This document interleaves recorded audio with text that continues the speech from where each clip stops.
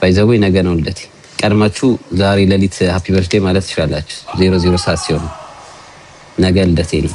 30 ዓመት ድፍ ልደቴን በመጃባት ነው። ያ ሁለት ልጆች አሉ በ30 ዓመት አስገባም። የኔ ልጅ ወጣት ናት፣ ለትዳር በቂ አይደለችም ብዬ ነው የተናገርኩት።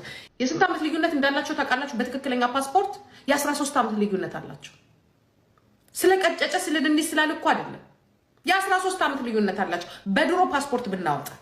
በስተመጨረሻ ፋኑኤል እድሜውን ይፋ በማድረግ የልደት አከባበሩንም አያይዞ ተናግሯል። ብዙዎች ከወራት በፊት ብዙ ነገር እየተናገሩ የቆዩበትን ጉዳይ በተለይም የሳምሪ እናት የሆነችው ጂጂኪያ እጅግ ስሜታዊ በመሆን ልጄ ሳምሪ ለፋኑኤል እጅግ አይገባም፣ በ13 ዓመትም ይበልጣታል፣ እሱ እኮ ትልቅ ሰው ነው፣ እሷ እኮ ገና ልጅ እያለች ብዙ ትምህርት መማር ሲገባት ብዙ ነገሮቿ ወደኋላ እንድትቀር በማድረግ ነው ገና በልጅነት እድሜዋ አግብቶ ልጅ ያስወለዳት በማለት ብዙ ነገርን ከጥቂት ወራቶች በፊት ስትናገረው ተመልክተን ነበር። በቪዲዮ መግቢያም አይታችኋል ብዬ አስባለሁ። እንግዲህ ፋኑኤል ግን ይፋ አድርጓል የእድሜውን ጉዳይ። እድሜውም 30 ዓመት እንደሆነው ነው በዛው በቪዲዮ ላይ የተመለከታችሁት። ታዲያ ከዚህ ጉዳይ ጋር በተያያዘ ከሳምሪ ጋር ያላቸው የእድሜ ልዩነትን በዚሁ ይፋ ሆኗል። ሳምሪም በቅርቡ ያከበረችው የልደት በዓሏን ምክንያት በማድረግ ስንተኛ ዓመቷም እንደሆነ በዚሁ ተሰምቷል። እሱን አስደምጣችኋለሁ። እንዲሁም በጠቅላላው ደግሞ ፋኑኤል ከሚኖርበት ጀርመን ሀገር አሁን ወዴት እንዳመራና ኑሮን እውነትም ከነሳምሪ ርቆ ሌላም ሀገር አዲስ ኑሮን ሀብሎ ሊጀምር ነው ወይ ያሉ ብዙዎች ጥያቄ ስለሆነባቸው ጉዳይም በዝርዝር መረጃውን እናካፍላችኋለን። ኦዲዮ በአክብሮት አብራችሁ እንድትቆዩ ነው እምንጋብዛችሁ። ሰላም ጤና ይስጥልን ውድ የሀገሬ ልጆች፣ በተለያዩ ዓለም ሀገራት የምትገኙ በያላችሁበት ሀገር ሰላማችሁ ይብዛልኝ። ዛሬም አዳዲስ በሆኑ መረጃዎች ብቅ ብለናል። ለዚህ ቻናል አዲስ ከሆናችሁ ሰብስክራይብ በማድረግ ሁሌ የምንለቃቸው ቪዲዮዎች እንዲደርሱ ይሁን። ቀጥታ ሚዘን ወደ መጣ ነው ዝርዝር መረጃዎቻችን እናመራለን። እንግዲህ ከሰሞኑ ፋኑኤል በተለያዩ የአውሮፓ ሀገሮች እየተዟዟረ እየተዝናና እንደሚገኝ ብዙዎቻችን እየተመለከትን እንገኛለን። ብዙዎችም ይህንን አስመልክቶ ነው ፋኒ እውነትም ከምትኖርበት ጀርመን ሀገር ብዙ ክፉ ደግ ካየህበት ብዙ ዓመትህንም ከቆየህበት ጀርመን ሀገር ራቅ ብለህ ከነጂጂ ከነሳምሪ ከነ ሁሉም ረቀ ልትኖር ነው ወይ በማለት ብዙዎች ሲጠይቁ ነበረ። እንግዲህ ፋኑኤል እውነት ከዛ ከሚኖርበት ጀርመን ሀገር ርቆ ሳይሆን ልደት በዓሉን ምክንያት በማድረግ በተለይ ደግሞ የ30ኛ ዓመት የልደት በዓሉን ከበፊቶቹ ለየት ባለ መልኩ ትራቭል በማድረግ ወደ ሌላም ቦታ በማቅናት በቫኬሽን ወይም በመዝናናት ሀገር በመጎብኘት ለማክበር ስላሰበ ነው እንግዲህ በተለያዩ አውሮፓዎች እየተዟዟረ እንደሚገኝ በዝርዝር መረጃውን ያጋራው ማለት ነው። እንግዲህ ፋኑኤል ልደቱን ያከበረበትም ስፔን ሀገር እንደሆነ ነው አብሮ መረጃው የተሰማው ማለት ነው። እዛው በስፔን በነበረበት ቅጽበትም ልደቱ ሊከበር ደቂቃዎች ሲቀሩ በዛው በሚገኝበት ቦታ ላይ የነበሩ የተለያዩ ግለሰቦች እንግዲህ ሰርፕራይዝ ሲያደርጉት ልደቱንም በደማቅ ሁኔታ ሲያከብሩለት ተመልክተናል። በቲክቶክም በመምጣት ፈጣሪ አምላኩን እያመሰገነ ፈጣሪ አምላክ በጤና 30ኛ ዓመት ልደቴ ላይ አድርሶኛል በማለት እንግዲህ አምላኩን እያመሰገነም ተመልክተናል። ታዲያ በዛ በነበረው የቲክቶክ ላይቭ ላይ የተለያዩ ሀሳቦችን ነው ሰዎች ያነሱለት የነበረው። አንዳንዱ አረጀ ይሉታል፣ አንዳንዱ ገና ልጅ ነህ ይሉታል። በአጠቃላዩ ግን ፈጣሪ አምላክ በልጆች ባርኮኛል። ማንም ሰው ተወልዶ በዛው እድሜ አይቀርም። ሁሉም እያደገ ሁሉም እንግዲህ ወደ እርጅና ወደሚባለው እድሜ እየተጠጋ ነው የሚመጣው። ሁላችንም ግን ፈጣሪ አምላክ በጤና እዛ ለመድረስ ያብቃን። ከምንም በላይ ደግሞ እንግዲህ የልጆች አባትም ሆኛለሁ እጅግም ደስተኛ ነኝ ሲል ነው ጠቅለል አድርጎ መልእክቱን ያካፈለው ማለት ነው። እንግዲህ ፋኑኤል ይህንን መናገሩን አስመልክቶ ነው በተለይ ደግሞ በፊት ጂጂኪያ በቪዲዮ መግቢያ እንደተመለከታችሁት ፋኑኤልን የተናገረችው የተለያዩ ንግግሮች እየወጡ የነበረው ማለት ነው። እንግዲህ ሳምሪ ከጥቂት ወራቶች በፊት እሷም የልደት በዓሏን አክብራ ነበር።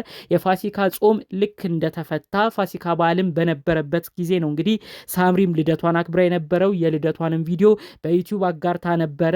እጅግ ፈጣሪን አመሰግናለሁ፣ በብዙ ጣውረዶች ባልፍም አሁን ለዚህ እድሜ ደርሻለሁ ብላ 27ኛ ዓመት የልደት በዓሏን ስታከብር ከእናቷ ከጂጂኪያ ከልጆቿ ፊሎና አዳም ጋር በመሆን ኬክ ስትቆርስም ተመልክተናል ማለት ነው። እንግዲህ ልደታቸውን የሚያከብሩበት ጊዜ ከሁለት ወራት አይበላለጥም። እንግዲህ ከአንድ ወር በፊት ሳምሪ ያከበረች፣ አሁን ደግሞ እንግዲህ ፋኑኤል ያከበረው። ሳምሪ ያከበረችበት ወቅት ላይ 27 ዓመት እድሜ እንደሆነች ተናግራ ነበር።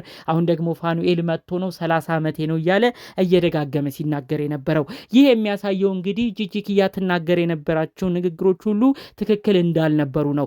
አጠቃላይ የእድሜያቸው ልዩነት ያው ከ27 እና 30 ሲቀናነስ 2 ዓመት ከምናምን 3 ዓመት በአጠቃላዩ ከ3 ዓመት ያልበለጠ የእድሜ ልዩነት እንዳላቸው ነው ሁለቱም በሰሩት ቪዲዮ መመልከት መረዳት የሚቻለው።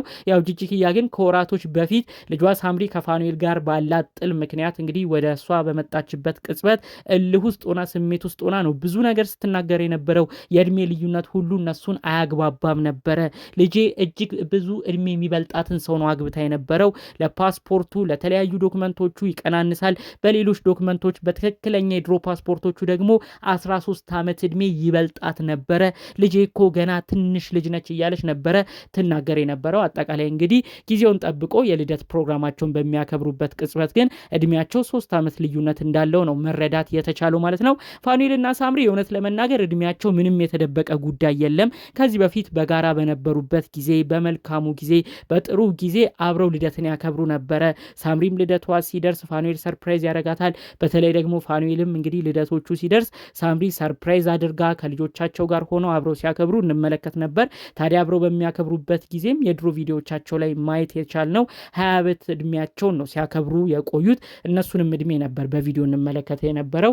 እንግዲህ እንደ እናቷ እንደ ሳምሪ እናት ጂጂኪያ አባባል ከሆነ 13 ዓመት በለጠ ማለት እንግዲህ ፋኑኤል አሁን ልጇ ሳምሪ እንደው 27 ዓመት ሆነች ቢባል 13 ዓመት ሲጀመር ፋኑኤል ወደ 40 ዓመት ይጠጋል፣ እንደዛም ይገመታል ማለት ነው።